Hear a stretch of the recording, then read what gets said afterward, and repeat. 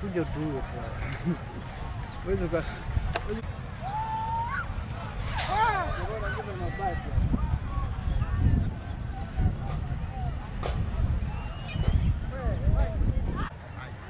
na wajapatia notice wala nini. Sidhani kama anatuma na cruiser 2 just imagine. Wamefika saa 10 za usiku anawea. Umesikia? Wamefika saa 10 za usiku anawea. Kuna mama na watoto wamelala. Kuna mvua inapiga. Wamekuja gari 2 za polisi na bulldozer moja. Inavunja kama mama na watoto wamelala. Umesikia? Kama mama na watoto wamelala. Hakuna barua yoyote nimeoa kwa SAFD kwamba usimame kujenga hii nyumba. Sijawahi pewa barua yoyote na sijawahi ona mtu yoyote akikuja kusema kwamba usimame kujenga hii mjengo hapa, unajenga in a wrong place.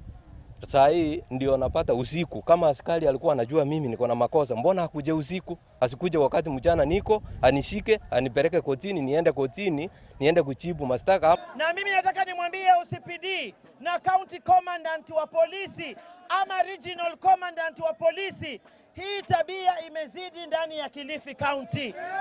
Enough is enough. Yes. We are tired. Mambo ya polisi kupewa vijipesa kidogo kidogo kuja kuwahujumu wananchi wote hapa, hiyo lazima ikome. Tunaelewana? Kwa hivyo mimi nataka niwasihi. Nimesema hatuondoki ama tunaondoka? Tuko hapa.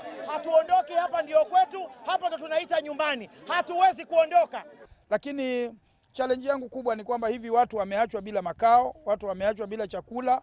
Wakati huu wa corona namna hii ambapo serikali inapambana na corona, ukija kuexpose watu kwa njia namna hii, sijui kama huwa tunalenga kuwaexpose watu wetu kwa njia ambayo watakuwa tunawahatarisha maisha yao zaidi. Kwa hiyo kuja kumvunjia tena mtu aanze afresh ambapo hana makao.